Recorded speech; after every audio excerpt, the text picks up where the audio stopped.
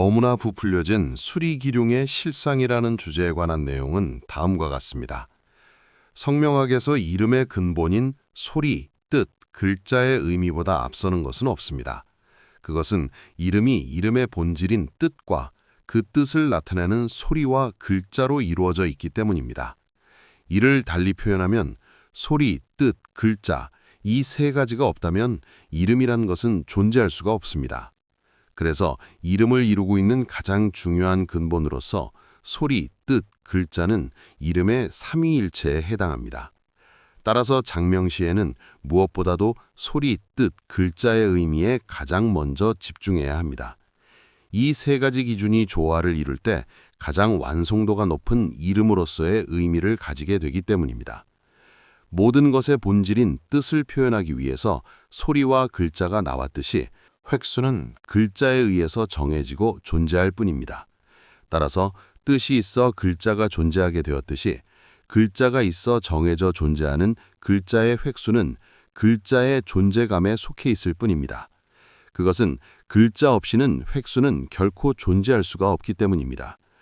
지금까지 중요성에 비해 간과하여 놓치고 있었던 부분은 글자의 존재 의미입니다. 글자의 존재 의미는 획수가 아니라 이름의 본질인 뜻의 소중한 의미가 담겨지는 그릇으로서의 글자의 기운에 있다는 점입니다. 또한 글자는 바로 우리가 그렇게나 애지중지하는 소중한 몸을 의미하기도 합니다.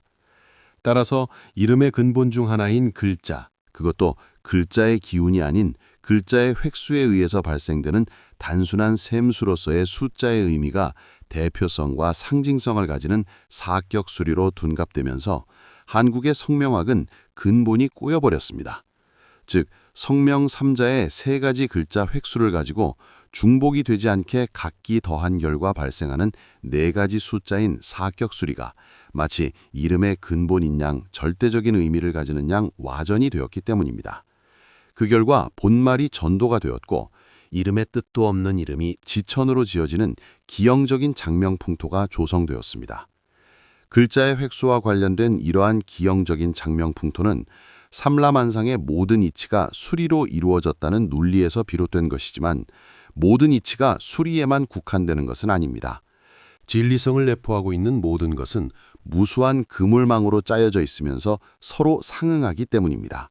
그래서 도, 즉 진리의 속성으로 보자면 모든 것을 사랑으로 보면 사랑천지요, 미움으로 보면 미움천지요, 감사로 보면 감사천지요, 원망으로 보면 원망천지가 됩니다.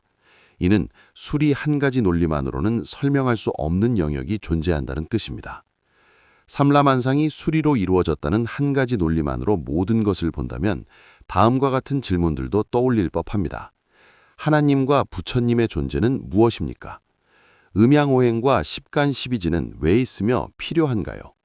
음양오행과 십간십이지가 없다면 역학과 성명학도 존재할 수가 없는데 이 점은 어떻게 설명하겠습니까?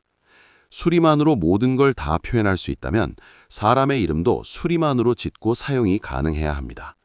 그렇게 된다면 소리, 뜻, 글자는 전혀 필요하지 않습니다.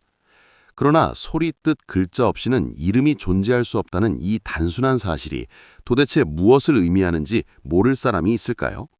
그럼에도 불구하고 아직도 소리, 뜻, 글자의 의미를 말로 보고 수리의 의미를 본으로 보고 있다면 이야말로 행복의 파랑새를 찾아서 길 떠났지만 아직도 행복의 실체를 보지 못하고 헤매고 있는 경우와 크게 다를 바 없지 않을까요? 그런데 여기서 정말 궁금한 것이 있습니다.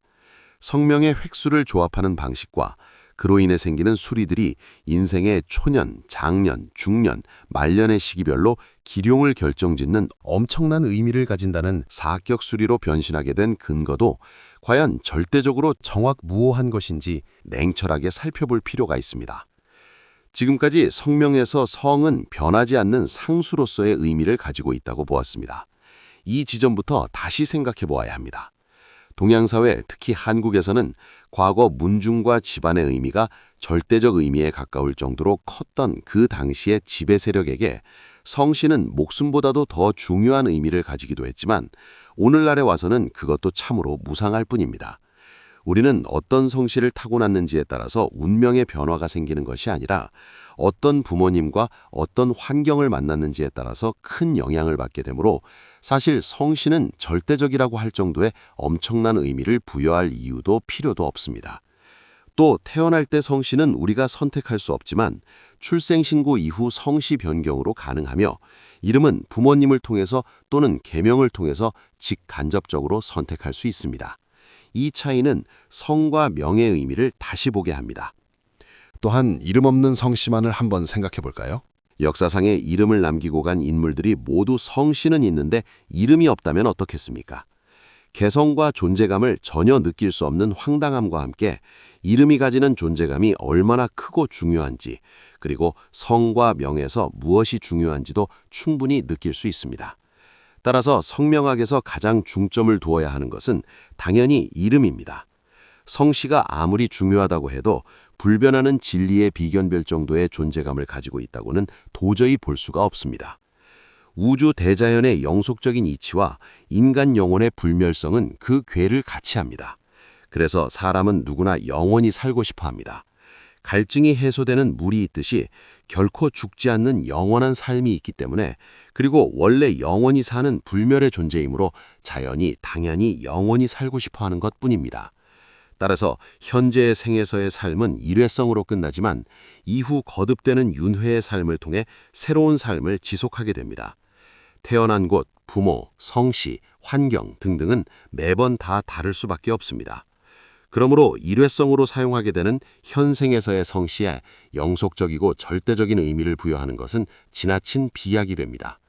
일회성의 삶으로 모든 것이 끝난다고 생각할 경우에는 더더욱 일회성의 성씨에 절대적인 의미를 부여할 필요가 있을까요? 이번 편은 여기까지입니다. 다음 편에서는 성씨를 상수로 보고 성명의 획수조합으로 사격 수리를 정하는 방식이 정말 타당한지 살펴보겠습니다.